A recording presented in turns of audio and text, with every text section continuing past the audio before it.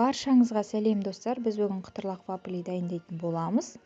Ол үшін ең бірінші жұмыртқаға қантымызды салып, дұрыстап араластырып аламыз. Үстіне жылы суымызды құямыз.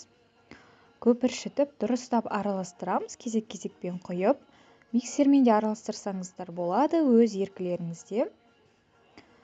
Мінекей миксермен араластырамын көпіршітіп. Одан кейін үстіне сұйық майымызды құямыз. Тағы да миксермен араластырамыз.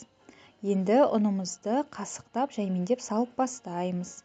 Ең бастысы тестіміз бұдыр-бұдыр болып шықпауы керек. Мінекей осындай бізде жұмсақ, өте керемет сұйықтау тесті шығады. Одан кейін қалпымызға салып, мінекей осылай пісіреміз. Бізде осындай қытырлақ, керемет вафли дайын. Барлығыңызға жасап көруге кеңес беремін.